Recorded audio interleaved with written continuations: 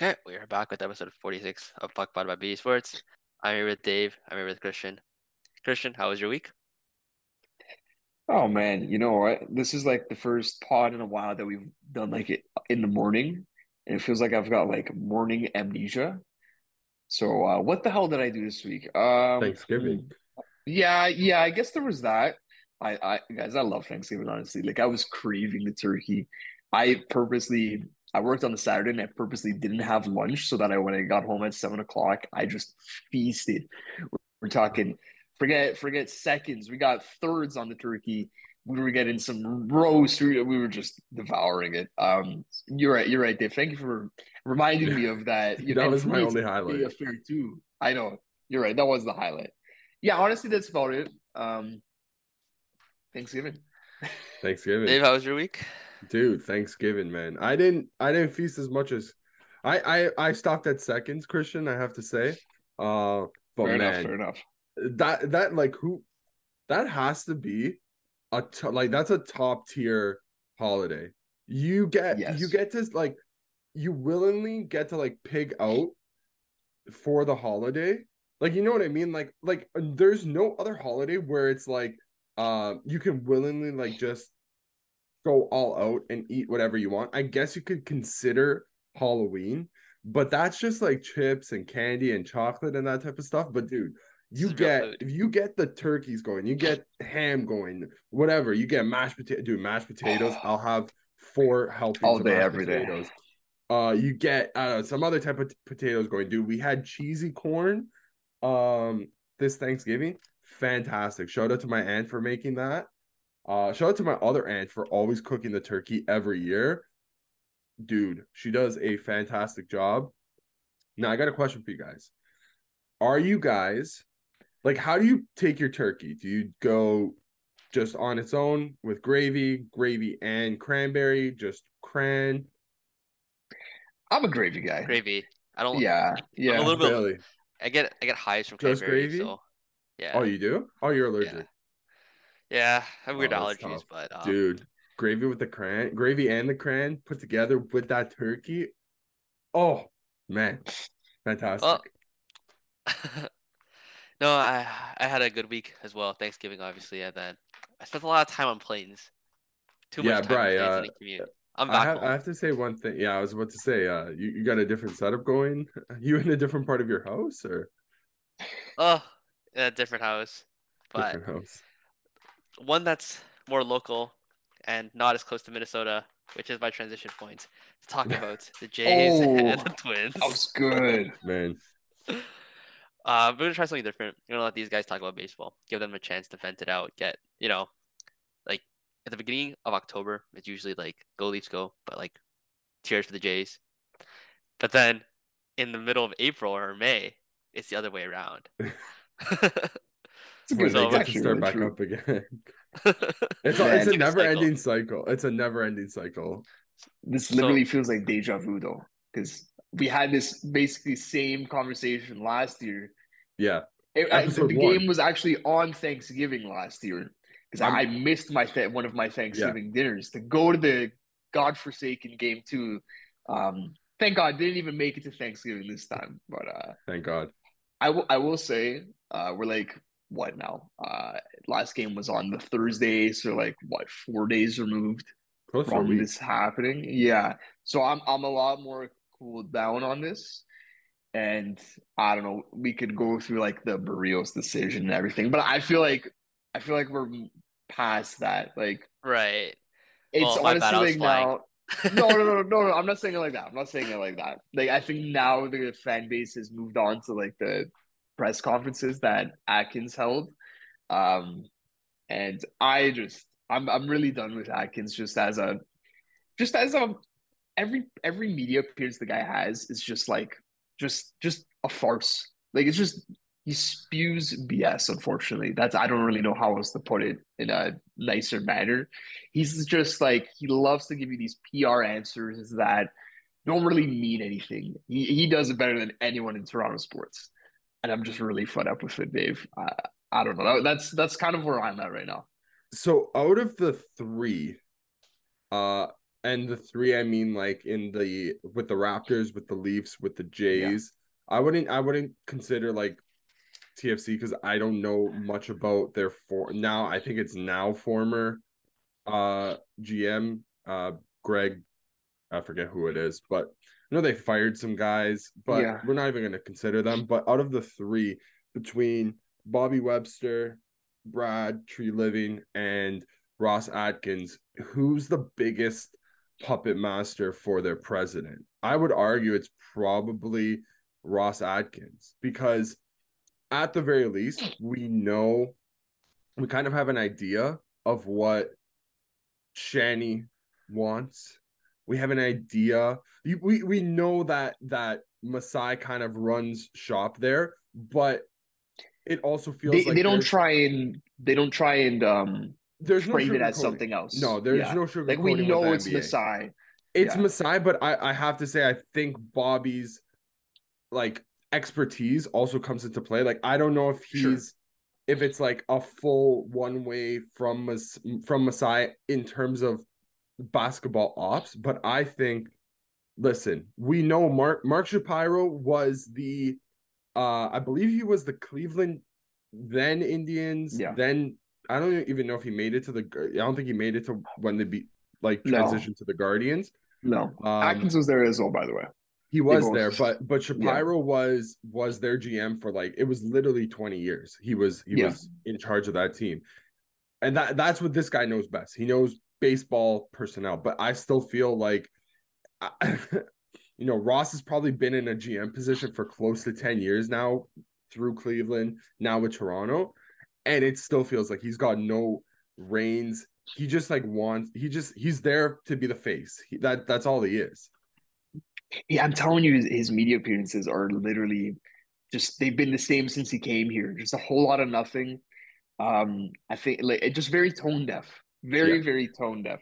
Where he's talking about like Vladdy's excited for the off season. Please shut up. Please shut up. We Don't don't want to want to hear it. hear that. We I don't don't want to want to hear hear it. that. We want to hear you, especially when in the same breath you're saying stuff like we feel that the fan base is disappointed and we express like we share in that disappointment. If you do, then you show accountability and you don't start talking about the excitement for the offseason. It's not an exciting time. Like you No, should be it's royally it's pissed that you're it's having this not even press a conference building in time. October. No, Like, it's a reflecting time, yeah. right? It's a hard look in the mirror time. And I don't know. It's very obvious that we're not going to be getting that. I don't think. Like Shapiro will obviously be back. Atkins will be back if he's announcing that Schneider will be back, right? So, Yeah. and he had the comments about the Barrios decision, and Atkins basically washed his hands of it, saying, "Oh, it wasn't me. It was all Schneider." And I really feel like that's once again a lot of Well, BS. I think there was, for better or for worse, he had to come out and say it because the talk of the town was I remember specifically as the decision went off, it was first directed at like all the blame was being directed right at The Schneider. khakis. And then some higher knowledge people on social media were like, okay, well, hold on. It's probably not just Schneider's decision, which if you look at it from like a logical point, it can't just be one guy making calling the shots. Like No, it this is never is. there No. was definitely more people involved. And I'm not a saying lot of that people Schneider had no involvement whatsoever. Like I'm no, sure he was told, like, you know what, actually this is a good decision. He said, I can see he could probably see that side too. Like he played a part, but not full blame. yeah. Right. Yeah. And the level to blame probably went as high as GM, which makes sense because if you are the GM, you are putting together everything from the day to day to the year by year aspects of the team. So this had to have been the team's game plan rolling into probably even into the playoffs. And we know this is true because they pulled the same shit last year as well, trying to save who was it? They were trying to save Manoah's Gosman. arm for game 3. Gosman's. Yeah. It was Gosman's arm for game 3 that they never got to. You know what I mean? Like this is also just like a rerun of the Blake Snell dilemma in the World Series in the bubble year where they took him out early. Yeah. So yeah, Okay. it was most likely a collaborative decision. So It's needless to say, we're pissed though. Yeah. is that the I'm final probably thought? not as hot. I'm not as hot about it though now. I think Yeah, that You guys were the upset. knowledge, Yeah. yeah, the knowledge of like the Leafs starting back up, Fixes um, it. it does kind of, from it one doesn't fix pain it. Say the same train to thing. the Yeah. next pain It's train. it's Dave, it's you just said the kind of same thing like in it's May. painting over the cracks right now. Yeah, I know. Yeah, It's just painting over the cracks right now. Like those okay, those wounds are starting yeah, to heal, but they're like those scars are the scars are always going to be there. And we're going to see yeah, now, through this off season, and that hopefully me and Christian are actually going to be able to kind of get more up close and personal through the off season, like, fingers yeah, crossed.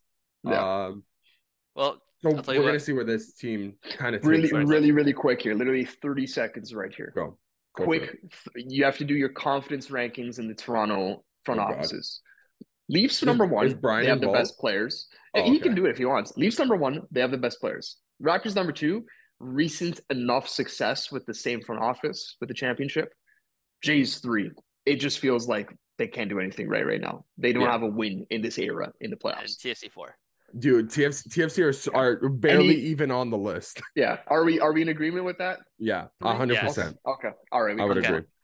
But, it's funny that you guys got swept by the Twins because, ironically enough, my other hometown team in Winnipeg signs a twin deal with their two superstars, Mark Scheifele Wow. and Brian's Connor on Hellebuck. point today, Yeah, man. he's Let's got it. go. Let's Back go. in Ontario. Well, That's I was on Yeah, Ontario you're anyway, already in Ontario. the but Yeah. segues are built different here in Toronto, though. Wow. yes, 8.5 x7 twin deals for Mark Scheifele and Connor Hellebuck.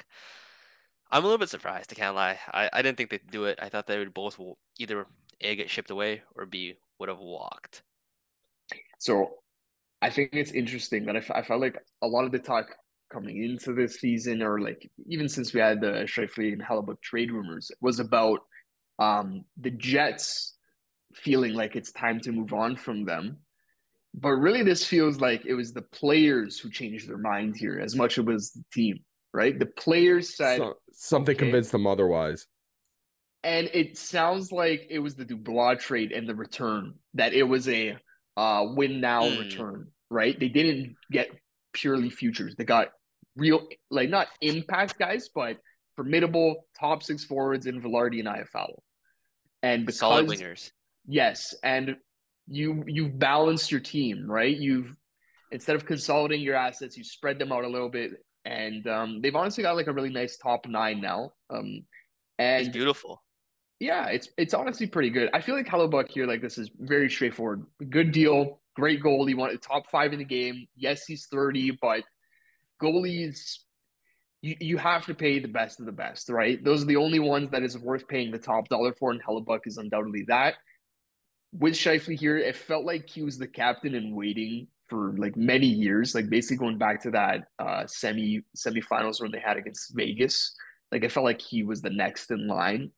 But now that Lowry has the C, now that Wheeler isn't around, maybe that takes some of the leadership load off his shoulders. Because we basically had heard he wasn't a great leader. He was basically second in command to Wheeler in the line A debacle. It just sounded like the culture wasn't good. But maybe without that type of influence, specifically from Wheeler, maybe we see a different Shifley now.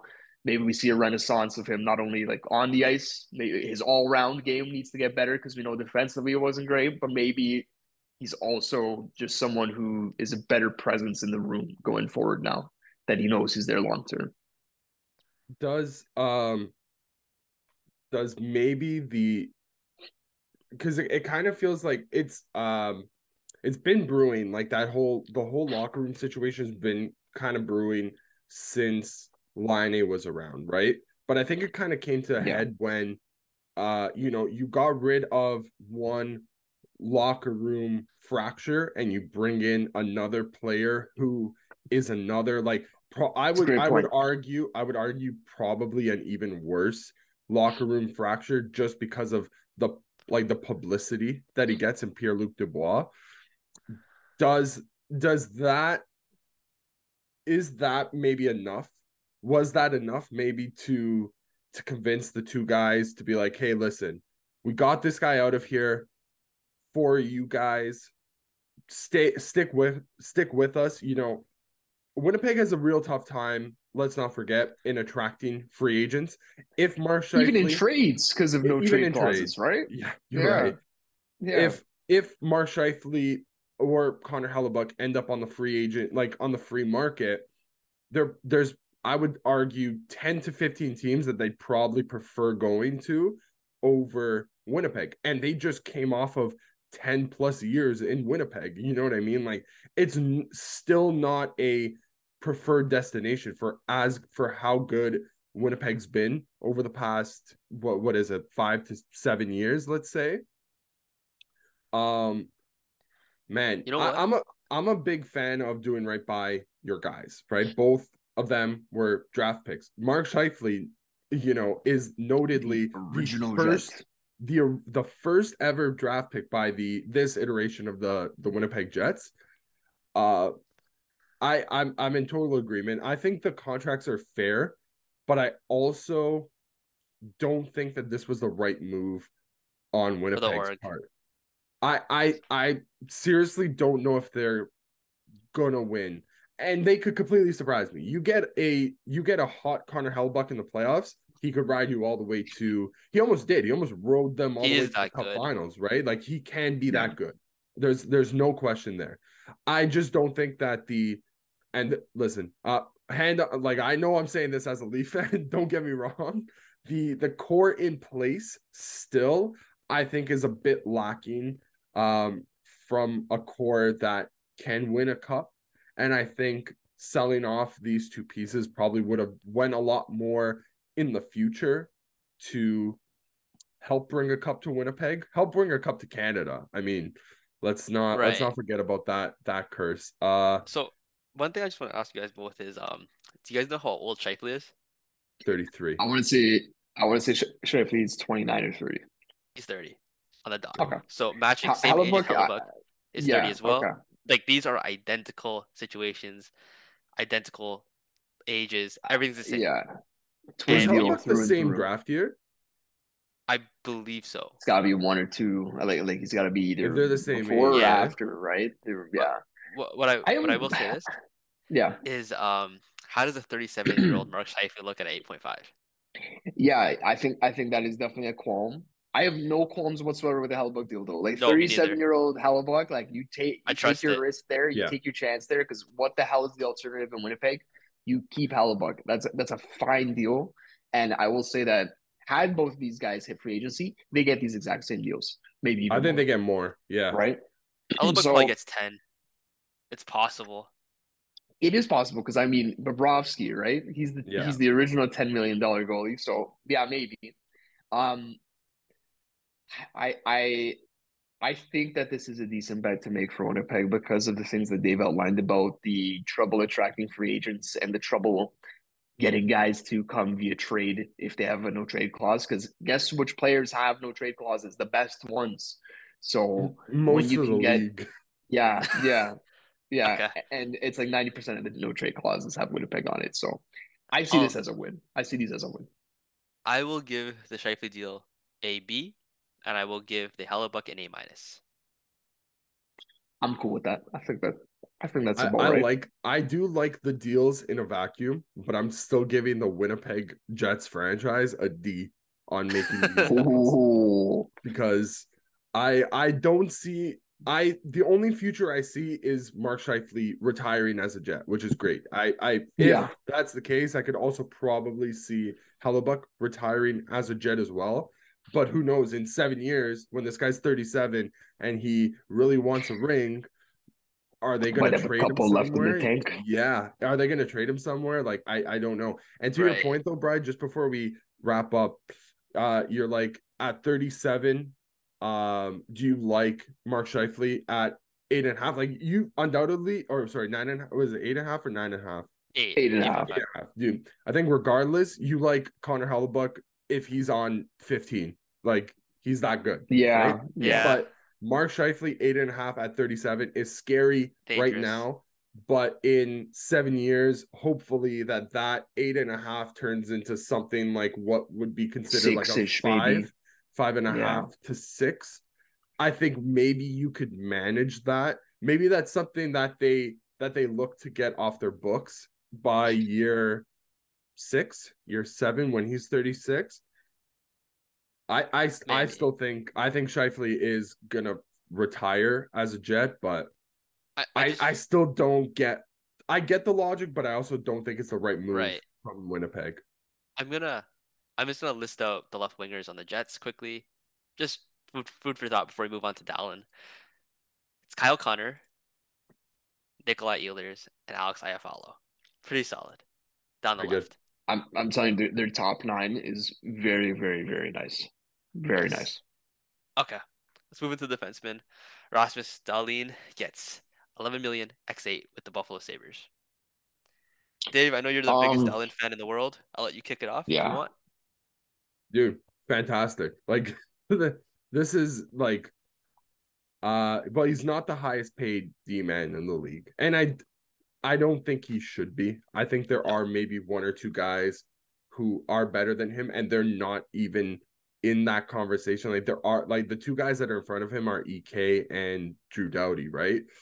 And when those deals were signed, I think you could argue that they were potentially the EK was like the best. best player in the world. Yeah, you could argue that EK was the best defenseman at that time, and then it's just unfortunate, like the next couple of years after. But Rasmus Dahlin, he's our age, right? He's 22 or Yes. 23, so he's 23 years old. This will take him to 31, which will still probably be in his prime. Like, I think the prime for star defenseman is uh probably gets 27 shifted. to 31. Yeah, dude, I would say that it probably even shifts down a little bit. Like if a star forward, their prime is 27 to 31, just because of foot speed and that type of stuff. I would argue that for D men, it probably goes from 27 to like 33, 34.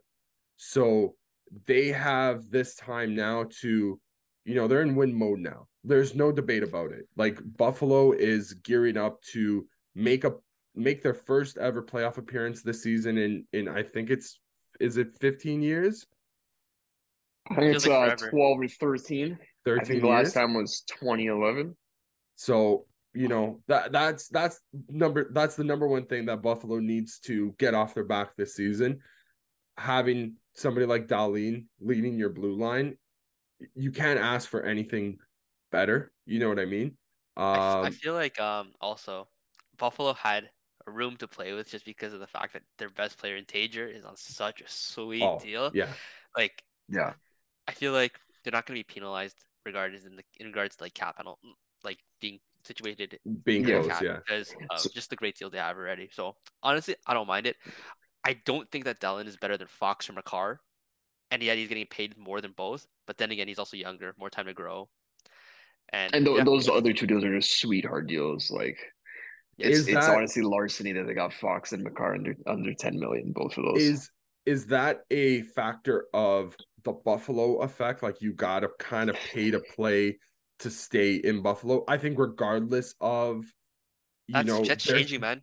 of their well, Yeah. regardless of their standing with among like hockey circles, I still think Buffalo as a city is a tougher place to Sucks. draw people to play than New York or Colorado, especially New York, right? Like if it's 8 by 11 for Adam Fox in New York, you're like, yikes. Like, you know what? Like it's a bit closer, but I think you have to understand the context around the city and that type of stuff. So I think that's probably why they kind of got a little bit they got kind of caught with the shorter end of the stick there, like in terms of actual money.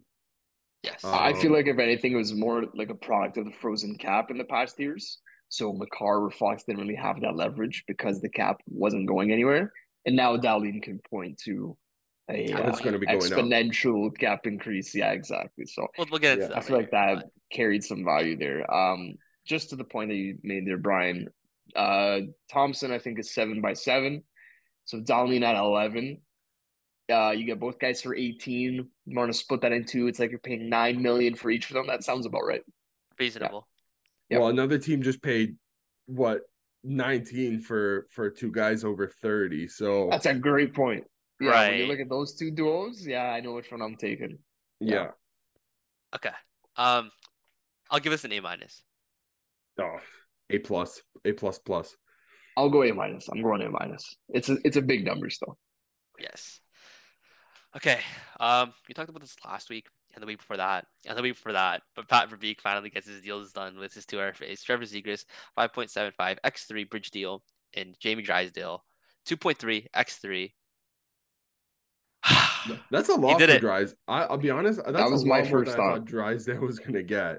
Yeah, I didn't think he had like any leverage whatsoever. They were holding him by the balls for Yeah, no better term. He has pedigree. Like he drafted really high. I would bet on that pedigree, but the analytics are like yet to impress with him. I don't know if you guys always see how Jay It's Fresh like puts out second his player percentile, right? card. Yeah, it was not good at all. And that wasn't even from last year because he didn't play. I think he played like 2 or 3 games. That was from the year before. So that I believe would have been his rookie season.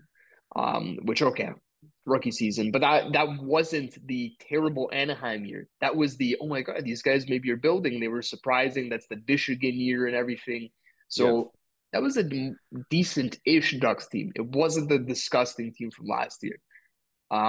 So yeah, 2.3 is a high number. The by three though, the 3 years, that honestly could look like a fantastic deal for Anaheim. In the third year, in that yeah. third year, if he does progress, you might have like a 6 million, $7 million defenseman making 2.3. So it's a good bet there. I really don't have much to say with Zegras because I think this is just they got the right number, the right term. We heard it was going to be a Well, bridge deal. apparently Pat Verbeek thought he was gonna have to only pay a bag of pucks for Trevor Zegras. So Maybe do you think that maybe he sent Drysdale's deal to Zegras by accident? Say, oh yeah, oh sorry, the yeah, two to yeah, three. yeah. Maybe that's what happened there, man. Sorry, Trev. Jeez. My Got the bad, names Trev. mixed up. I mean, if you want to accept it, accept it Yeah, gladly. unless you really want, yeah, But does yeah, no. that mean that the Zegras deal went to Jamie in that case? Oh, Oh, Because then that's a tough one. Jamie strikes me as the type of guy to be like, sorry, Pat, I think you sent me this by accident. Yeah, honestly, Jamie seems like that type of guy. Yeah, So maybe we figured it out, boys. that's funny. possible. Okay, and I just want to quickly also mention we're not going to talk about this too much, but Ryan Hartman signs 4 million X3 in Minnesota. Bill Most Guerin, Minnesota mild More deal. mild, more yeah, Yeah, mild, more more mild, no mild. problems, baby. That's Yeah, it. yeah. it feels like That's Bill all we got. Guerin just did all of his business and like He now in the apparently past like few operates weeks. like that. That's Does that apparently how he mean? is. Like when he makes up his mind, he just Yeah. gets it done. Does that mean that Ryan Hartman immediately after signing a $12 million contract, he went and just Kills Jason Robertson. tried to take both knees out of Jason Robertson's like body, basically? So, I mean, what a great way to There's actually repay. a clause in the contract where it's Yeah, like you get a take bonus You have if to you take a do do it. couple Alice. kneecaps. Yeah, like Yeah. a $1 million for This like five entire kneecaps contract collected. depends on you destroying Jason Robertson's kneecaps. This contract will be voided if you do not. But I don't like even like watching back that play. I know we're gonna get like I don't even like we can't even pull up the video, whatever. But if you watch back that play, it wasn't even like it looked It's a like he wasn't even greaseball move. intending to go to like it was kind of like whoever was in front of Yeah. him was gonna get it, and it just so happened to It be was literally like the a 50 goal physical score. reaction. It was just like when Yeah, like if Ryan Hartman's wife or girlfriend tapped him in his sleep, like that's yeah. the same He's maneuver going he for would her do. knees. It's just a Yeah. reaction. Yeah, no, 100%. That was a reactionary Yeah, move, and it just so yeah, happened to be the leading scorer on Dallas, like the 50 yeah. goal scorer, right? So, but Yes. whatever. Okay. Ryan Hartman, he's a Too much greaseball. Ryan Hartman talk. Yeah, that's enough. Okay. That's gonna be the first and the last time, hopefully, because the Leafs play them this week. Ready That for Ryan the Hartman's on this This conversation. podcast. Unless he scores a hat trick, then it's No, on and, you. I'm and ready it's gonna for happen. I hope you know. I'm ready for the Okay. Leafs versus Wild Cup final, boys. Let's do Oh it. my Ryan god, Hartman talk all day, every day. Okay. the Minnesota Mile. No. Okay. Let's get into potential expansion. we've already talked about Arizona potentially moving to Salt Lake City. Everybody has the dream of Quebec City coming back, but Gary Bettman's open to it, and I guess the fans are as well. What do you guys think? Like, I don't. For me, I think it's just like a financial thing. Like, do we need the league doing this right now? Like, Yes. I don't think it's a right now thing. Like I think or this Yeah. would like be it, like 5 years five, 6 years down from the now. line. Is it so Yeah. you're asking, is it like, do we as the fans need it? Probably not. Like, I don't think so. I think Yeah, it's already saturated the there's whole 32 market. teams. But is it gonna happen? I think undoubtedly, unquestionably, unequivocally, yes. There will be expansion within the next 10 years. Like the next 10 NHL seasons, we're gonna see at least 1 to 2 different NHL markets.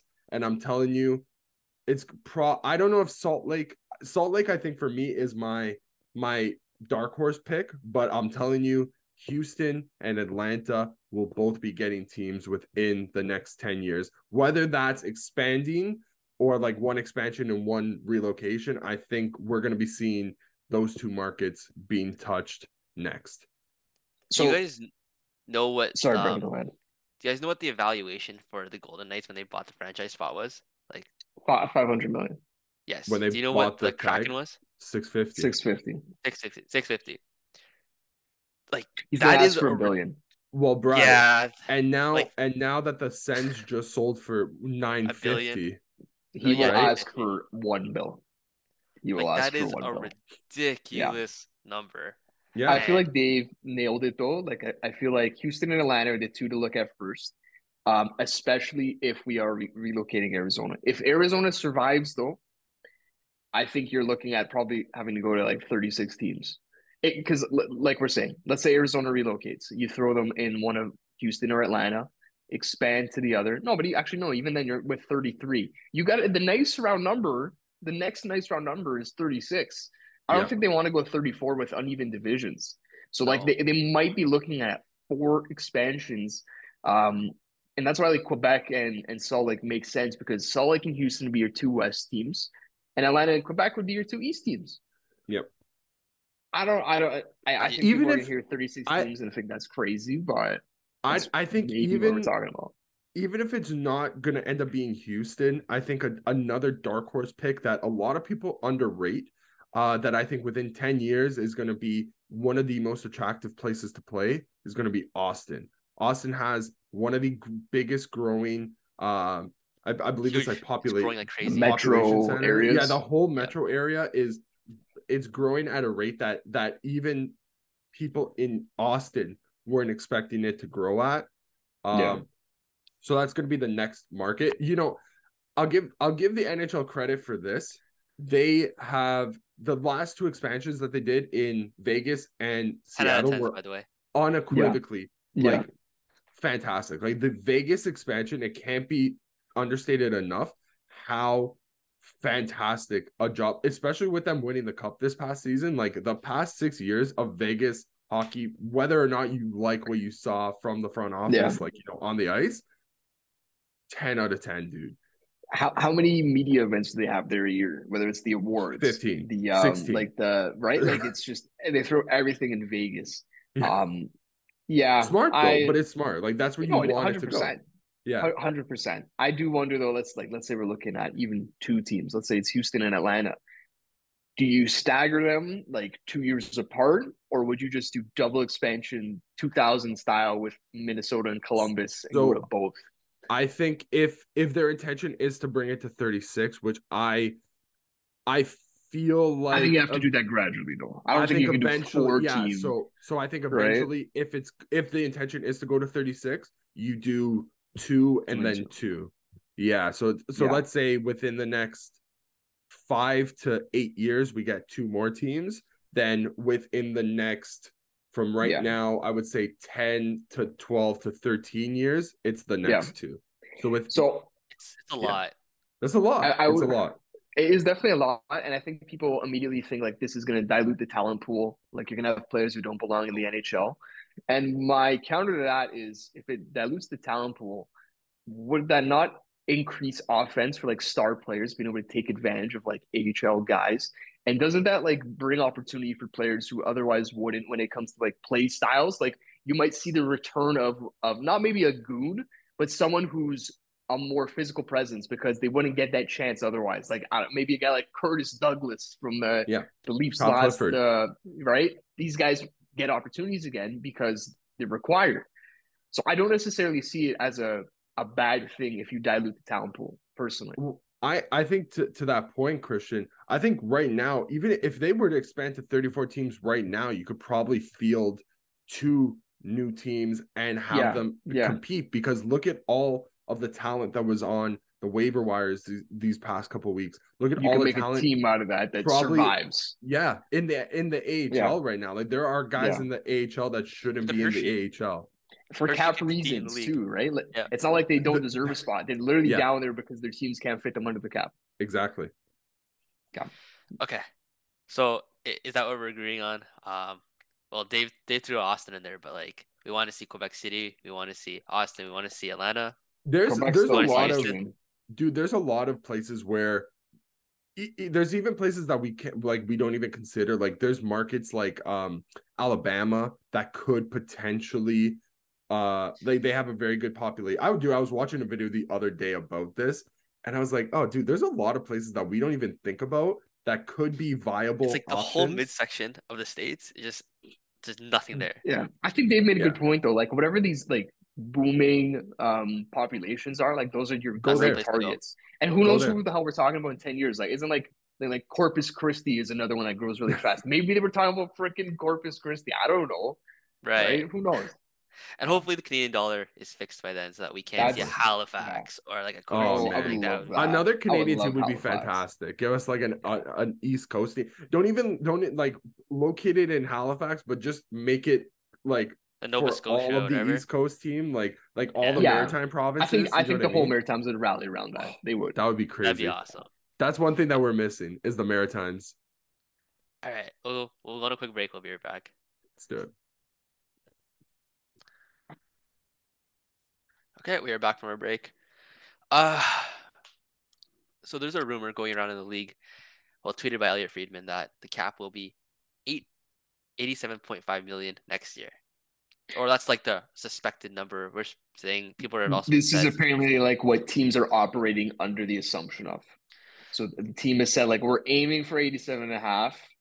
So when you're making your calculations, just use that as the placeholder number for now. That is a very big jump from what we have now. That's a $4 million jump. I don't remember the last time we've seen a jump this big. I don't think we ever have. Maybe like the first couple years of the cap. I don't know. Maybe it was a little bit different then because they started so freaking low. Like I think the cap was like 50 million. 50. Yeah. So maybe back then there was a bigger jump. I want to say that just after the year after the lockout, the second lockout. Right. The half season one, I think one of those years it jumped up by like 4, and then it died. It was like 4, 3, 2, 2, 2. You know what I mean? Do you guys feel like ever since COVID, the cap's just been flat, like legitimately just flat? Oh yeah, it's been a 1 mil increase every time, every year. Yeah, and it's like now you're getting that's a huge jump. But they gotta make sure this isn't like a one-time thing. Like if it's 4 million this year, it better be 4 million next year. You know what I mean? Spread it out. Don't have one huge bump and then we're back in the same problem next year. Like even if they had to go 3 this year to make sure that it's 3 next year and the year after, I'd be fine with that. I just don't want 4, 2, 2. Like right, that's the thing. That's it. I'm in agreement with that because the last time a pro league in North America tried a all at once type of jump, we got the was the 2016 NBA offseason where they were those TV deals. They were throwing up $100 million to bench players for no reason. Bismack Biyombo got paid. $84 million for Bismack Biyombo. Yeah. And where is he right now? $84 million richer, I'll tell you that. Yeah, shout out Bismack, but shout out Bismack. Dave made a great comparison there. Yeah, you don't want that. You do not want that. But dude, give me 4 in 3 years. That's 12. That is the price of Austin Matthews in 3 years. So you'd be talking about a 95 million cap. That sounds very nice to me. That sounds fantastic. Give me that. especially for you guys. I'll tell you what Yeah. though, the flat cap the past couple of years does mean that players like Connor Garland, who's a pretty good player, wouldn't have to get shipped off for a bag of pucks and potentially have to pay another team to take this guy because and this guy Connor Garland did have requested a trade from the Vancouver Canucks or has given permission to speak to other teams. He is on a $4.95 million contract for 3 more years, which is very expensive. And I don't know. It's just interesting to me that Vancouver has to give up a guy like Dylan Gunther, Connor Garland, and a pick on top of that just to get rid of those bad contracts.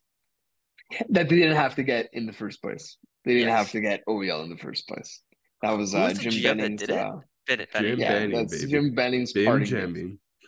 Bim Jennings. Yeah, I mean, I've always been a big fan of Garland. Um, and so I think that a team should be pouncing on this. I know he makes 5 million, but he's still pretty young. He's 27. So you get his years 27, 28, and 29. It's fine. Fantastic. And he's a speed demon, bro. He's a speedy guy, sneaky shot, hardworking. He just needs to play on Feisty. a feisty guy. He's got the piss and vinegar. He always looks like he's upset.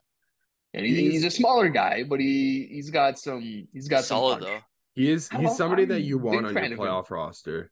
Yeah, Yes. like and listen, does he drive a line on his own? Probably not.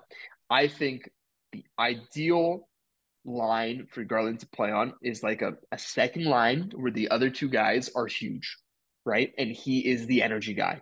He is the speed, he's the connector between like a defensive center and a power forward. That's the type of line he needs to be playing on.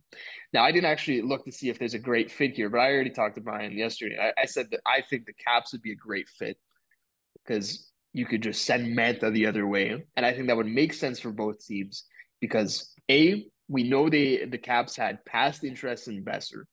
So that's a $6 million forward there. And they're looking to get rid of Mantha. He only has 1 year left on his deal. So if you're Vancouver, that's enticing because it gets them out of the cap bind this summer. And if you're Washington, you've already said you're committed to the Ovechkin timeline, and Garland fits that timeline perfectly. And you're paying Garland basically what you're paying for Mantha right now. I think it's a great fit for both teams. Maybe something has to be added from one side or the other, but I think that's a very good like frame Makes for a sense for trade. both teams. Yeah. Yeah. No, but knowing the Canucks, they're gonna go out and get Garland for like an overpaid defenseman. I like Colton Parayko just to bring Oh back for like God. 5 more years at Oh 7 mil or God. something like that. It's gonna Dear be OEL God. 2.0. Like just knowing them. Yeah. It's possible that that occurs, but like I'll tell you what, as long as it's not Benny making the decision, I think that Canucks fans are fine regardless. Yeah. It's a low bar. That's That's a low bar. Can yeah, you yeah. can you walk over that bar? Yes, you're And hired. we'll see. Yeah, we'll see if they can. Still have to do it, but yeah. I think that like the cap dump trade that the Canucks made that Benny made might be one of the worst trades, legitimately, Like, of dude, all time. they could have put a potato as their GM for that summer, and they probably wouldn't be But it being does cap better. The hell right Dave now. Notice test. I love that one. I love that. Okay, does All a right, can of potato be better than Jim Benning? The answer is yes. Probably. let's jump a little bit to Columbus moving, planning to center, and also looking to get a defenseman. Okay. Is it just me, So or do they not sign like 15 defensemen this yeah, past They offseason? send it's like honestly 4. hilarious. It's hilarious though. Like I'm gonna pull up their depth chart right now But because if I'm it's not kind of funny. mistaken, if I'm not mistaken, I think heading into the summer they only had 1 under contract, so I think they needed to sign like 6. They overcompensated big time, man. Yeah. Okay. Werenski, Severson, Provorov, Goodbranson, Peak, Boqvist, Jake Bean, Tim Burney, David Juracek. That's 9 guys. That's 9 NHL guys. The number That's a 9 guy, problem. the number 9 guy should be in like at the number 2 Like a spot right 6. now. Yeah, Yeah, yeah. The number 9 guy, Juracek. Honestly, like, how is this? This guy's blocked by Goodbranson. Are you kidding me? On his $4 million deal? That's the one here that is disgusting. Because everyone else is decently young good. and kind of good. Yeah. Yeah. And then there's good Branson. Yeah. It feels like it's going to end up being one of Jake Bean, Boqvist, or Entropique. So one of the three young defensemen who I take a show chance on all some of them. And promise. it's Yeah. it's pretty awful that like we mentioned David Juracek is being blocked by Erica Branson, but Yeah. those other three guys who are, I believe all three of them Yeah. are under the age of 25, maybe Yeah. 26, are also being blocked by a stupid move made last summer. Why, like, there was no need to sign Erica Branson 4x4. Like, tell why see, that's prior mistakes dictating future mistakes. Yeah. That is like the epitome of that. You're gonna lose like all three of those guys. I would take on the Leafs in a heartbeat. So Yeah, they're all solid you players. if they get fair value for them, this is a different conversation. Like if you go out and get a $2.5 million forward who's also 24 years old, okay, I can forgive you because that's just a fair deal. But if you're trading one of these guys for pennies on the dollar, like it looks like because you have no leverage and you have a cap crunch or a roster crunch, yeah, it's not going to be a good deal. I do wonder though, maybe we got to connect the dots here. Maybe there's something involving Garland for one or two of these guys. Maybe that's the answer here. And Branson for If Garland. Vancouver could say if Oh Vancouver could God, not say that, Branson. Oh God, oh, yeah, yeah. he's already been in Vancouver. He's already been Yeah, there. that's what I was gonna say. Yeah. He knows it pretty Quickly well. on the line at center thing. I just wanted to pose this It's question to you weird. guys. Who would you trust more at center? Patrick Laine or William Nylander? It's a tough That's a one. Well, I've yeah. seen William Nylander at center, so Yeah. I think So by do you want the mystery default, box or do you want William Nylander? the almost unknown quantity. I think I'm gonna Yeah. take the. I don't know. Is this being biased saying I would rather have the 40 goals and potential of Yeah. William Nylander at center? Like, I don't I feel know. like I like Willie at center more because I feel like he can skate his way out of mistakes. Like, does Yeah. he make defensive lapses? Yes, but he's got the speed. Like when he's determined, he can back check like nobody else Yeah. because he's just a fast mofo. Line So is a little more of a slog. I who I don't. Okay, I'm gonna go with Nylander just because I don't like the line that that line is on. Line no matter what. Yeah, unless he's got Boone Jenner on one side and I don't know. I don't think they even have any other defensive It's Texia forwards. and Goudreau that he's playing with, from what no, I remember. Texas is okay. Gaudreau is Gaudreau. I don't. You're right though. I don't love that. there's Yeah, That's no pretty defense on mishmash. that line. That's pretty I, mishmash. and it's weird too because they have Fantilli, Sillinger, and Corrali that can play down the middle. It I just think Jenner plays center too. It's does a he? weird. Yeah, I think so. I don't know. I don't know what I don't see the idea. I don't see the picture of I don't But see them I matching am up. intrigued. Like I want to see it. I want to see how it plays out. I don't know if we do Ah, though. It's because No, like no matter what, it's good entertainment it's gonna value. be No matter what. entertainment, I guess. You're Yeah, right. yeah, yeah. like that might Man. be like that line might legitimately be the 0% 0 defensive percentile line. Like This is all legitimately. gas, no brakes, baby. Well, it doesn't That's help that welcome to their goalie Columbus was a hockey. sieve, right? Like their goalie, like what did Merzlikins have? Like an 878 save percentage or some stupid number. So I don't know. Yeah, they really definitely might be the 0 percentile. And those guys have to play in front of Eric Gabranson as well. Oh, oof. You could sell me on like a lining left wing, Gaudreau right wing, and Fantilli down the middle. Like I'm That sold sounds on that. fantastic. That That sounds sounds awesome. great. Give me Yeah. Can you that. move Fantilli down to the fourth line and then put Texier on the left wing and put line in the middle? I don't know about that one. But Wait, but okay. is Fantilli not even getting a shot in like the top 6 to start the season? Like you have to at least give the fucking third overall pick a shot. Like what are Yeah. we doing? I Putting him right down to the fourth line. That is a Honestly, Mike Babcock decision. And he's not the, even here anymore. Come on, the guys. lines that they have on Cap Friendly are like all over the place. They have Ken Johnson as a healthy scratch. So whatever the hell Friendly showing is not right. So I'm not even yeah. gonna bother trying to figure it out. But line I is don't think center. Columbus knows what they're doing. Like if Cap Friendly doesn't Honestly, know, I don't know if Columbus knows. that's true. Okay. That's true. Dave, you talk about giving the your your superstar young player a chance. Let's talk about Chicago, who gave Bedard their debut. That was a And good transition. I like that one. oddly enough against Sidney Crosby. You think the league definitely like did that on purpose? Oh, Oh dude. yeah. Did you Oh yeah. see did you watch the broadcast at all, Brian? Dude, one of the very first graphics for the third period was points tonight. It was like Sidney Crosby 1 point was his 1503rd point. And then it was like Bedard won. Number one, It baby. was his Yeah. first ever point. I'm like, dude, like Yo. what type of comparison are we making I, here? I saw a funny stat too. Do you guys know who scored the goal that Bedard got his first point on? Who scored the goal? Was it Gutman? Donato. It was Donato. Donato, but Yeah. last year, Donato also scored the goal that Beniers and Shane Wright got their first point on as Oh, well. Oh wow. that's So Yeah, crazy. just a couple of phenoms. He's just picking up the maybe assists with. Yeah, That reminds me of do you know who assisted on William Nylander's first goal? That'd be like a very random thing to know, but Bozak, I don't know. no. So this is actually a Caps connection. Because the is it Connor same Bedard? person to no, the same person to assist on William Nylander's first goal assisted on Michael Nylander's last goal. And the answer to this question is Brooks Like. So that's No, Wow, that's a that's really interesting crazy. one, right? That is Isn't that so really that's really wild. interesting? funny. Yeah, yeah. I That's saw that Brooks pop like up recently, so that's a really good one, right? Yeah. yeah. I don't. Anyways, like let's get to the hockey here because there was actually hockey on last night.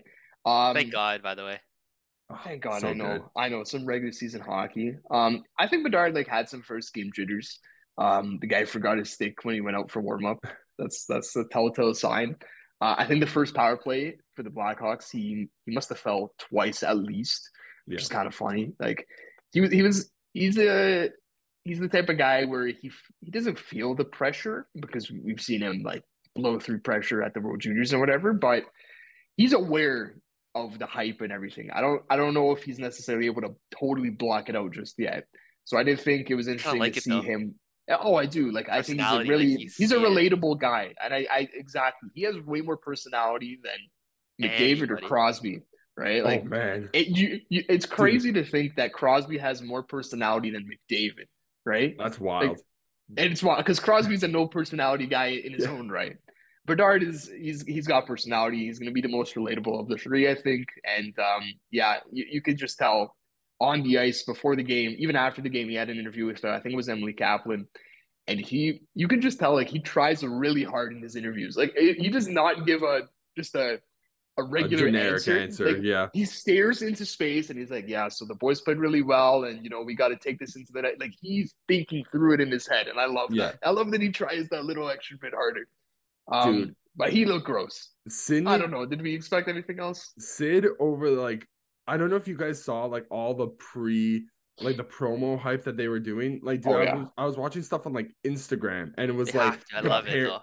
dude, it was like it's good though. comparing do does like Sid and like Bedard like know this like lingo and that type of stuff, dude. Sid Oh, does Yeah. so not funny. want to Sid What's does a not want to Riz? be there What's a anymore. Riz? He's like, I've been Yeah, doing this for over 15 years. Get me yeah. like out of this. You know what I mean? I honestly feel that like Crosby like enjoyed this whole little experiment with Bedard, like all the promo and stuff. Like, did you see the Colby Armstrong interview on Yeah. Sportsnet? Right, I thought that was hilarious, especially because it's like they sit there on the couch and Colby asks Sid like, "So Sid, what impresses you about this guy here?" It's like, "Yeah, his shot, obviously." He gives this like answer.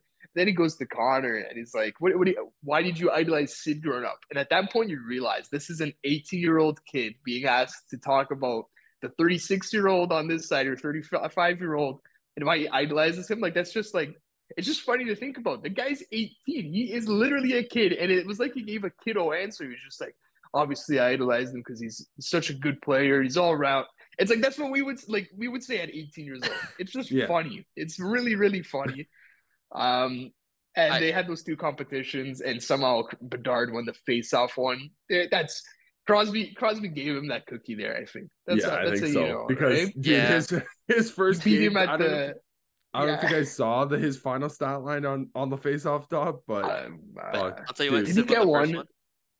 Yeah. Sid he won the got yes. he got two. That's it. He Okay. was 2 for Okay. 13. He did. Bedard also he led all forwards in time on ice last night. I think it was like And that 20 makes plus sense. minutes. Yeah. They were throwing him out for everything, right? He was out there in the final couple minutes. Yeah. It was interesting to watch. I will say I'm almost tired of hearing Bedard at every single intermission. Like even in the non-Bedard games, I was hearing Bedard, Bedard, Bedard. I love the guy, but I could see it getting old kind of quick. Yeah. I'll tell you what, though, at least you can give credit to the league for pushing this superstar. Their You know, superstar. at least Yes, you can give them credit yes. for that. It's a Okay, good change. let's jump into final rosters being done. I know some teams have already played their first game. Caps don't play until Friday, unfortunately. But anybody that make the team that kind of surprised you guys, or anybody that made any team that kind of surprised you? I've got a bunch. So Yeah. I want to Hit, just do shut up. we have hit what me do with we them. Yeah. Hit me with okay, just all of wanna- them. okay. I just want to go with the Caps first Okay. because I've got some cap stuff here too. Give me yours. I'm really happy for Matthew Phillips. Yes. Like Yeah. that. I remember That's telling you about him. You're like, who the hell is that guy? I've never heard of him in my life. Yeah. and now he's probably the player. Like this goes into what we're talking about later with storylines, but this is the best storyline. Period. I don't Oh know if you guys wow. saw Ovechkin and Matthew Phillips at the preseason game against Columbus, but before Ovechkin goes up to Phillips, like taps him on the shoulder. This is the hottest guy in the league. You are the hottest guy in the league. And then you gotta understand there's a height And he difference too. wasn't talking about his performance. He was His just talking about performance is his just yeah, good yeah, looks. yeah.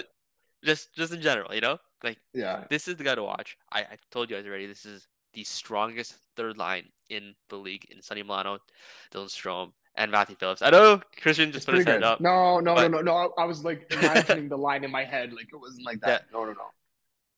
I know individually the pieces like they're not amazing, fantastic, but the chemistry is there. This is gonna be the line to watch, and Matthew Phillips is gonna be the guy heading everything of this line. It's like how I just talked about with the Garland thing. The two bigger guys and whatever. Sonny Right. Milano, Dylan Strome, and Matthew Phillips. Yeah. So that Yes. sounds about right. And I'm happy for him. one more guy I just want to shout out, Lucas Johansson, our 2016 first He made round it. pick. It's been so long. He finally made the Let's team go. Let's after go. what 7 years of being in the organization. Yeah. And I've been pushing him so much over the years. He finally showed up in Hershey, won the Calder, and now he's finally showing up and making the Capitals team. It's getting rewarded. Connor, Getting rewarded for good play. I also just wanted to say, rest in peace, Connor McMichael. You will get your chance. You had such a great preseason. All you just need is someone to just get hurt. You're the first guy up. I promise you that. How about Hendricks Lapierre? What happened to him too, man? He needs another year. Okay. Even Miro Nishenko needs a center. So Yeah. we'll Okay. leave it at that. Okay. Who do you have on your list, Christian? So I did only have I had McMichael and Lapierre. I just want to ask you about what happened there. Good on Matthew Phillips though. Good on him. And I didn't even know that Luke Johansson made the team. So kudos to him too. Okay. I talked about this in the chat earlier in the week. Guys, who the hell is Matt Poitras and what team does he play for? He was on the Guelph Storm. Is he Oh, on wow. Okay. You knew his junior team? I didn't even know his He had a junior team. disgusting He's on season Boston. last year. Yeah. Yes. He Very disgusting season. had like And a 95 very points in like 12, not 12, maybe like 50 games last year. Like he was gross for Yeah. Guelph last year. Yeah. Oh my God. And it sounds like he's been gross for Boston, which of Oh, course. God. Of course. God. So he's gonna go into Crazy. honestly, man. He's I gonna go thought into the we could year escape as him, a dude. I no, thought this was it's 1 year. Just 1 year. I think he's a certified stud. He's gonna start the year as their 3C. I wouldn't be surprised if by the end of the year he's the 1 or 2C. 2C, honestly. Yeah, he's really damn good. So we Wow. gotta watch out for this guy here. We got Zach Benson in Buffalo. He's gonna be a huge deal. He Dude, had another made guy, it? gross. How did I don't know how that guy dropped to the second Yeah. round. Everybody was talking about him as a top. No. It wasn't second round. Oh, Dave, he was No, top but it was 5 12. and he went to 12. Well, Yeah. he was 12. I was convinced that he got sent to like the next day. If he went second round, we'd be up in arms. Even though Maybe Ethan thinking- Cowan looked good, the whole league would have had to protest that that this was a sham. I mean, Yeah. even at 12, I know we said like how deep this draft was. Like, I don't know. That's it still was a guy deep. that should. It was good. I know. Good. I mean, even still, like 12th is like crazy, especially with some of the. But even the names in front of him, like, I guess maybe you could make that argument. But for him to already be on an Yeah. NHL roster just probably just goes to show you how crazy, like how many guys from this past draft are going to be playing this week, A lot. There's like I want to say there's like 4 or 5. So you've got right? the top three, right? Bedard, Carlson, Fantilli, Benson. I want to say there's one other one. I can't remember off the top of my head, but there's Yeah, what Benson. Benson is still the surprise there. I will Crazy. say is that Benson making it kind of puts a little bit of dirt on the Iser plan because this is the pick, right? Like obviously they went with the reach of Their Nate guy looks Danielson. pretty good too, though. Their guy did look It's pretty not good. Benson good. No. But I think they still might come ahead of some other teams. Just off the top of my head, 3 teams that could you imagine if they had picked Zach Benson? It's Montreal, Montreal. Montreal. Arizona, So that's Man, Detroit. Arizona. all three of us in Um, unison, man. yeah. And So I think David Montreal. Reinbacher is fine. Yeah. Like But I'm just thinking he's about how scary they would have been if they picked him, right? Suzuki, And Caulfield, Benson. Brian, but I was gonna say you guys, man. How about you guys too? You He guys want was to he go was ahead. in our yeah. from I even know he was in our thing, but I like Leonard more. Like Leonard has Clip this, Leonard's a boys. Clip this. No, I'm kidding. I Yeah. genuinely think It's Leonard. very early, but yeah. Yeah, no, I genuinely think Leonard was the right pick for the situation. Okay. Okay. And like, trust me, Leonard and BU this year is gonna pop. You're I, praying right now. I You're praying to God. I haven't Yeah. been this excited for a prospect in years. Like Okay. that's how Oh, excited that's I am nice for, of Since you. what, for Lucas Leonard. Johansson, Yeah. Since Jake It's a good. Verana. Jake Verana. Okay. There you Yeah. go. A couple more here. Will Cooley with or Coyley. It's got a very interesting spelled name. This is with the Rangers, so a I little thought bit you were more talking about Logan firepower. Cooley for a No, second. yeah, I yeah. was like, It's No, wait. a no, that, this guy's name is spelled Cuylle. I don't know how Coyley. Coyley. I don't know. Coyle. I don't know. We gotta hear one of the broadcasters say it because yeah, I don't have it. But he's pretty good. He had a good preseason, so this is another young guy for the Rangers. Fraser Minton, I think we'll get to, so I'm not gonna expand Yeah. on him, but shout out to oh, he made Fraser it? Minton. Yeah, He man. made it. He will be the 3 seed to start tonight, Really? Yeah. presumably. Wow, good for him. And then here's some guys. We don't have to go in depth on all these guys, but just some guys that notably didn't make their teams. Shane Wright, Dylan Genther, Olin Zellweger. Detroit's got a bunch. Berggren, Soderblom, Edvinson, and Casper. Those are 4 like Edmondson didn't young make it. guys. Crazy that Edvinson did not make it. Soderblom and Edvinson and Wow. even And Bregren Berggren. as well. 3 sweets. Wow. Yeah. And Casper, The Marcus Iser Casper, who plan. played a game against the Leafs last year. Dustin Wolf didn't make That it was for shocking. Calgary. That's Yeah. crazy. So those are just some notable omissions. That's what I got. If you had told Calgary fans last April that Dustin Wolf wouldn't be starting the Yeah. next season, I think they would look at you like It would implode. like you're from Mars or something They like would that. they would have been like, oh my god, we made Daryl Sutter the GM. Yeah. That's what they would have thought. Who's Okay. behind the bench? Babcock and Daryl Sutter's Man. Daryl Sutter's the GM. Like, what's going on? Yeah. Okay, well, we'll jump to the next thing. I already talked about a couple capital storylines with Matthew Phillips, Lucas Johansson. The big one that I want everybody to pay attention to this year is the resurrection of Backstrom. Can't wait. I love Okay. it. So I love that. he had a difficult surgery. He hasn't been healthy in years, but at least he got the surgery done. This surgery was the career killer. This is the one that like Edjo Vanassi got, or a couple other players. I can't remember off the top of my head right now, but Patrick Kane too. But no player has recovered fully and had a promising career. Backstrom got it. He didn't look too good coming back. I'll be the first one to say that I was a little bit disappointed to see him come back, and it kind of hurt that like, one of my favorite players of all time, obviously wasn't 100%. This preseason, he looks like a 1C. This looks like 2016-17 Backstrom. It looks very, very promising, very, very incentivizing, and I want to see how this plays through throughout 82 games. hopefully his body will hold up. Obviously, the whole team is very fragile right now in terms of like their health. But if Backstrom can hold it together medically, I think he's in it for one of the biggest rebound seasons of his career and in the league, period. Dude, even for Ovi, that's massive. Like, you have Ovi sitting so close to the goal record. Getting Backstrom back, the guy who's been feeding him for 15 years. Oh, that's probably one of the biggest reliefs for all of Caps fans, I think. If I'm a Caps fan, I'm like that. I'm salivating at the mouth to watch you guys play on Friday.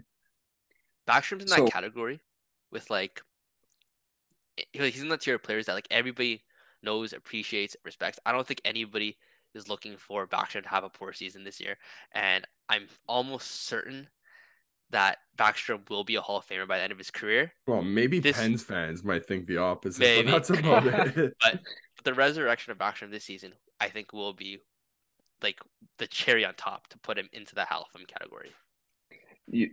With Backstrom, if I'm setting the over-under at 70 points, taking the over?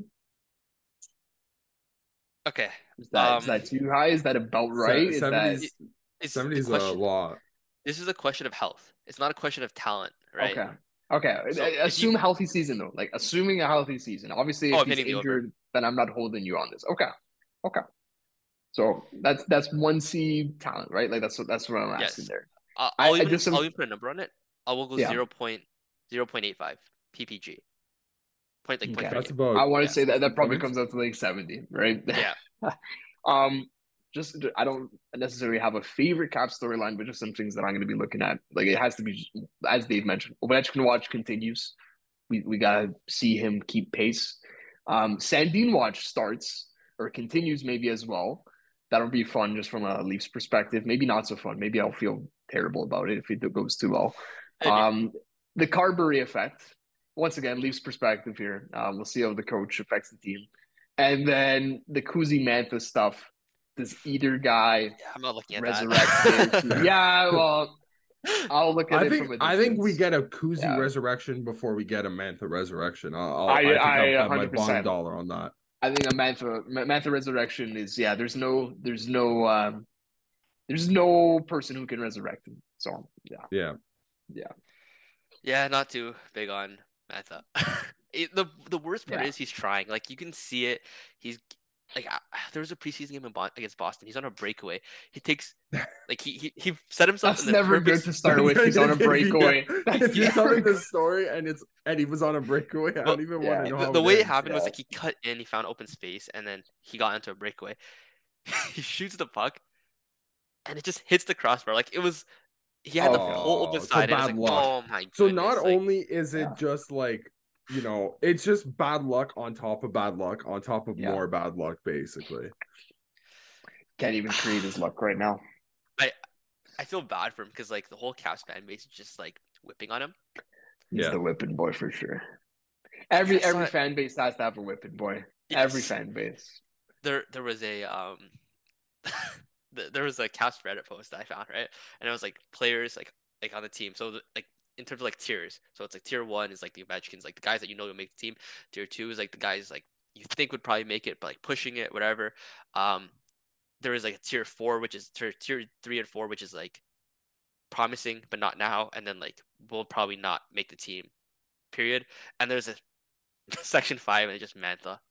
I felt so bad for him. I hope they didn't even call it tier 5. Like it's just the Mantha. Yeah. Mantha. Yeah. Yeah, I don't. It's definitely just. It was one of those like ranking the. Remember, those were just like the thing, or it's just the rating charts, right? It's tier A, tier B, list. C, the tier list. Those memes, the Mantha tier featuring just Mantha. Yeah. Okay. And it's like right at the bottom. It's like almost off the page. Yeah. Yes. Yeah. Okay, we'll just go to a quick break. We'll be right back.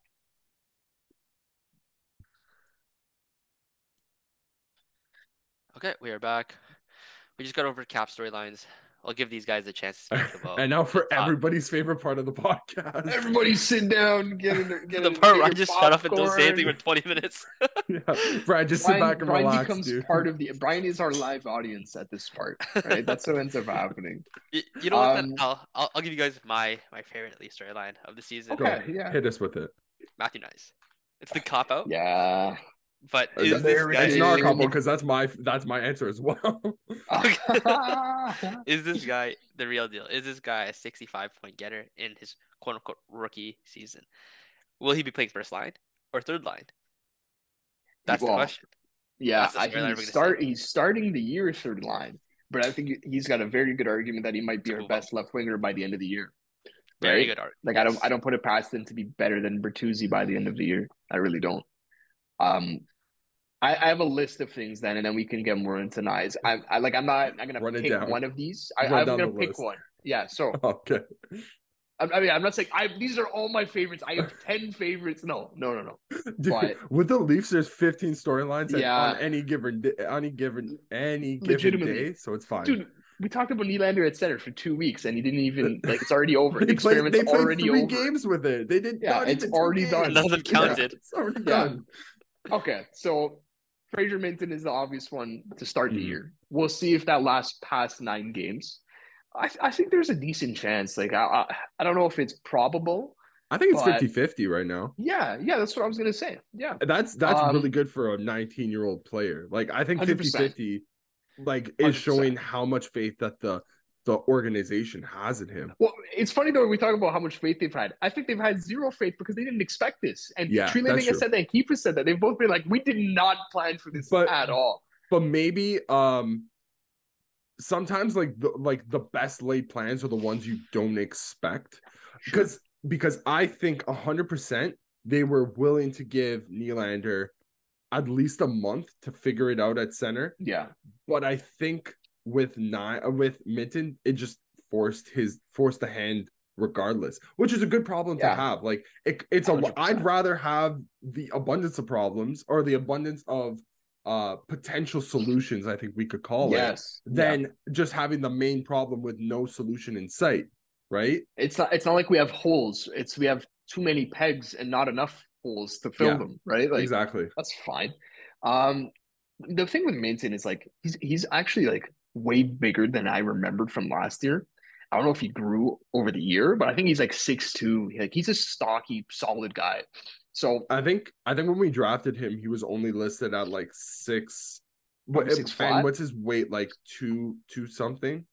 Off the top of my head, I don't know his weight.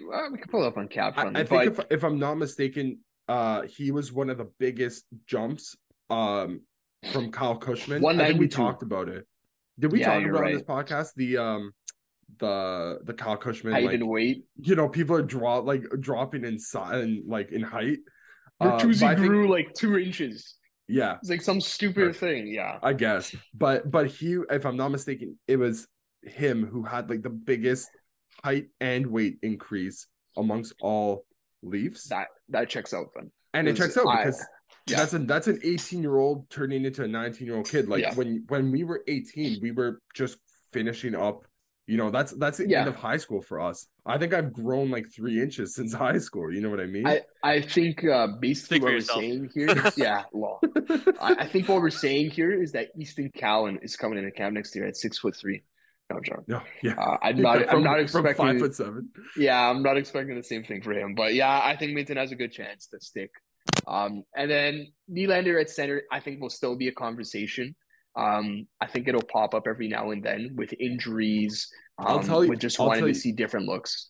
I'll tell you one thing. At game 9, I will guarantee my bottom dollar that is going to be the topic of conversation because that is the threshold, right? It's do you want to send him down for a little bit more development, that him being Minton, and then you could also then insert Nylander, and you kind of have, I think the threshold to kind of test out this type of stuff is up until game 40. Once you hit game 41, that's you're locking in. Yeah, be solidifying. This is like whatever roster you're throwing out is basically going to be the roster, not including deadline acquisitions, which I think we're going to be making a couple of.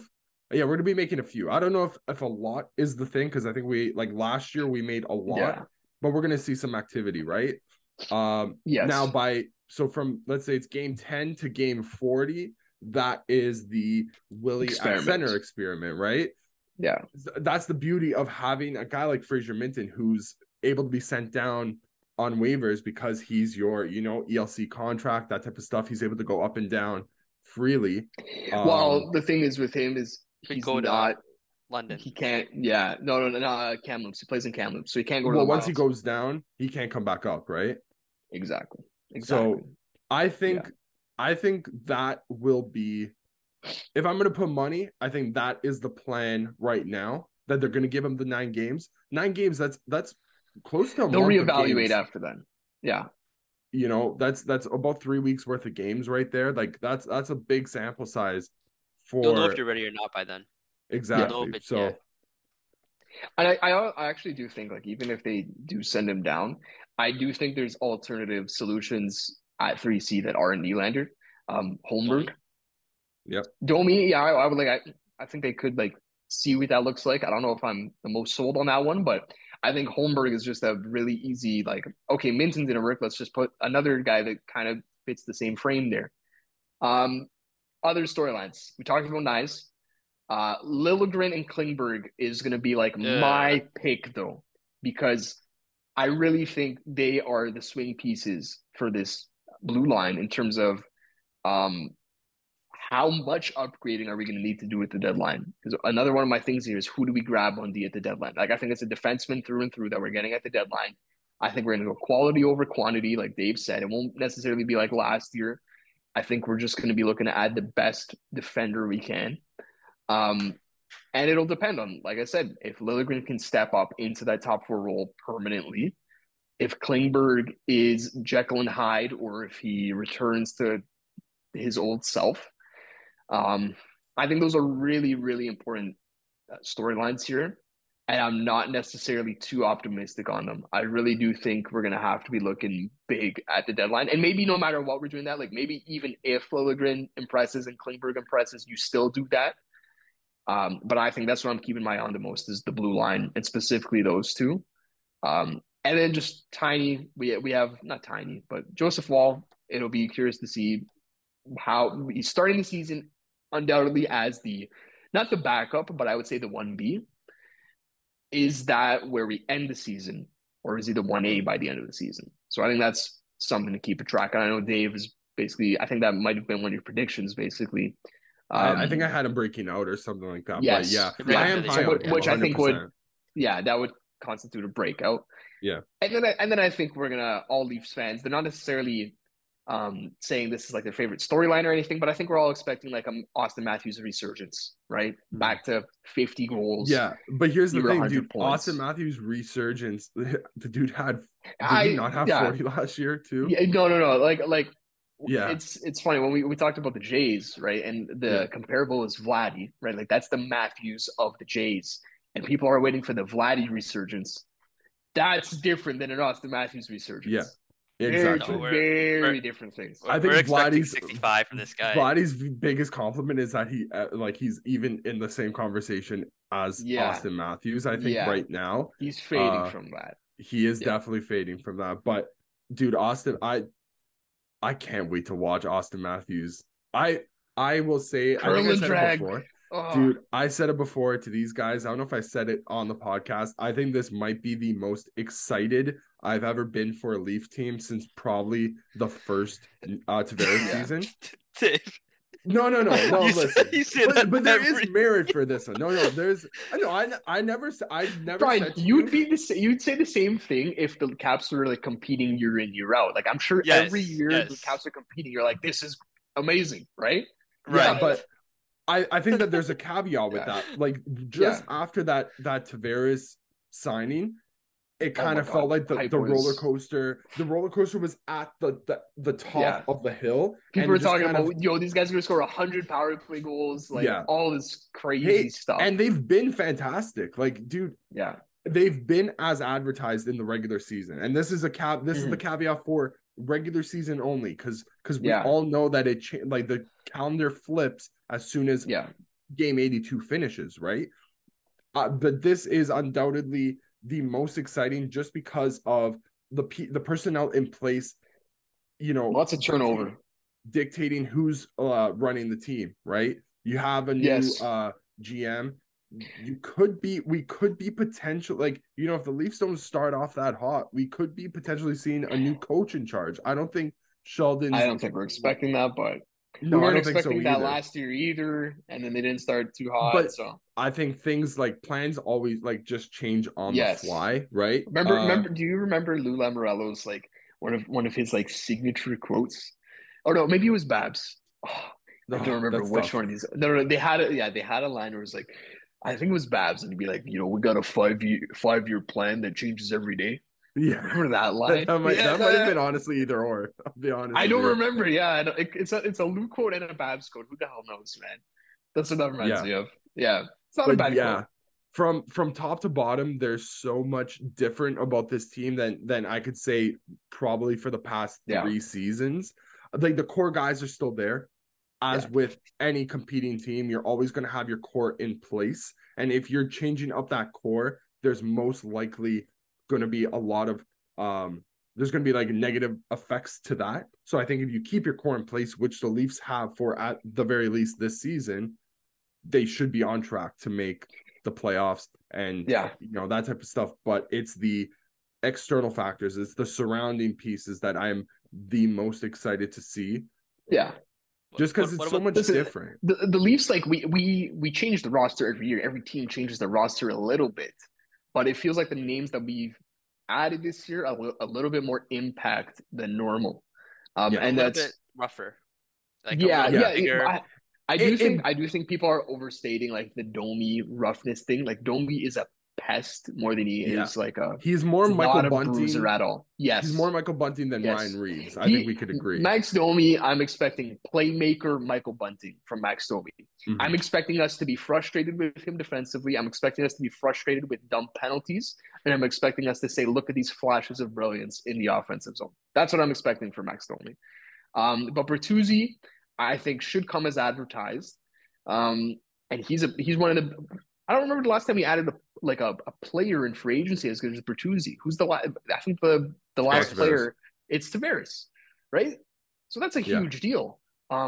Personality wise, Reeves is a huge personality. Maybe not the greatest player, but that's still a huge personality addition that we haven't had in a while. That's a player who Yeah. he absorbs a lot of the lightning that Yes. comes Yes. at the team. You know what I mean? Like he's the Yeah. figurehead for that. So on ice, We'll be looking at what he's doing on the bench. We'll be looking at who he's exactly talking to what on he's doing in the faceoffs, all locker this stuff. room. We're gonna get Yeah. stories about that. You know what I mean? Yeah. 100%. Yeah. Like he was brought in not to play hockey, but Yeah. he was there to kind of instruct the hockey players, to so to speak. Yeah. So I'm excited. I'm excited to even watch him. Like just dude, Yeah. honestly, somebody drop the gloves tonight. Like that's all I want You to kind see. of think this is Get like to this a is fight. obviously a perfect opportunity.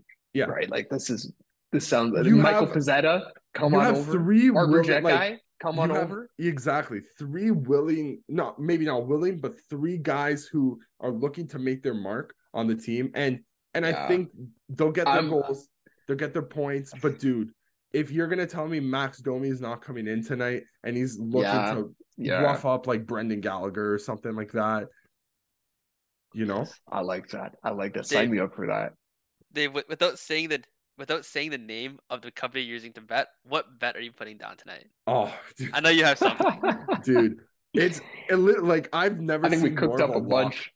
I've never seen more of a lock in my life, but it's the Leafs at over 2.5 goals for 2 times your money. And if this company is watching and you'd like to sponsor us, be my guest because I love you guys. But dude, like I I know I'm saying this right now, and still in my heart of hearts, I know that the Leafs are gonna end up losing to the Habs tonight. But it's going to be I think regardless of the final result, I think it's going to be a very, very entertaining game. Like this is must watch hockey, especially with the Habs have something to prove as well. The Leafs have something to prove as well. It's just going to be a great game tonight. I'm expecting nothing but the best. Man. I am too. I am pumped. And one more thing for you, Christian. Not tonight, but on Saturday night at Hockey Night in Canada. Are there any bets you're looking at for that? Hockey Night in Canada, we've got who do we've got? It's Minnesota, right? Minnesota, The my hometown Milds. team. Oh, oh man, got Brian's hometown team. Yeah, I mean, I for like bets on singular games, I waited like till the day of to do a bet like that. But I'm trying to think, like, what the maybe we got Brian, Klingberg against his former team. yeah, Is that's that a what good we're one. thinking, man? Right? I don't know. Klingberg Shots over over I don't know. points 2.5? there. Oh Maybe. Yeah, man, yeah. I'm We got hammering Mad the over. Knights. Yeah, but Um, Dave, what's the exact score bet you were looking to place? Like, if because oh those tonight. pay out pretty well. Yeah, Yes, for yeah, The tonight. yeah, exact score tonight. If you could also include, I don't know if this app does it, but it's like if it yeah, also finishes beyond regulation, I'd be willing to do that. Because yeah. tonight it just seems like a scheduled 5-4 overtime loss to the Montreal Canadiens. I've seen Scheduled. I think in the past 5 years Honestly, the that might Leafs have have, been what it was last year too. To be and honest, I'm that's I'm right. I'm dead Matt serious. I Murray think stinker. there has been at least 3 or 4. If Yeah, it's not 5-4, it's like 4-3, yeah. which also still Even when gets it's my not bet going. Montreal, it's Ottawa. And it's the same It's one of thing. the two, yeah. Yeah, yeah. Ryan But Suzuki overtime winner. Brian, I No, Or do Nick no, it's Suzuki. the Josh it's going to Anderson be Josh anytime goal that Anderson. we're taking. Josh Josh Anderson Anderson anytime anytime goal. goal. Brian, I Yeah. do have a prop bet for you for Saturday. If you could find a Ryan Hartman kneecaps collected at over half, over like 0.5, I'm Yeah. slamming Slamming that. that one. Slam it, baby. Okay. Um, we'll end it there. Thank you. Shout out to Razor. Shout out to NHLShop.ca. If you want to get your, we'll go Connor Bedard jersey. If you want to get your Connor Bedard jersey, NHLShop.ca, that's the place to go. That should be very popular. I like that. Yes. Fubo TV, if you want to watch Hockey Night in Canada this Saturday, Leafs, Minnesota, and whatever the Western Conference game is. Thank you for I don't listening. know. We'll end it there.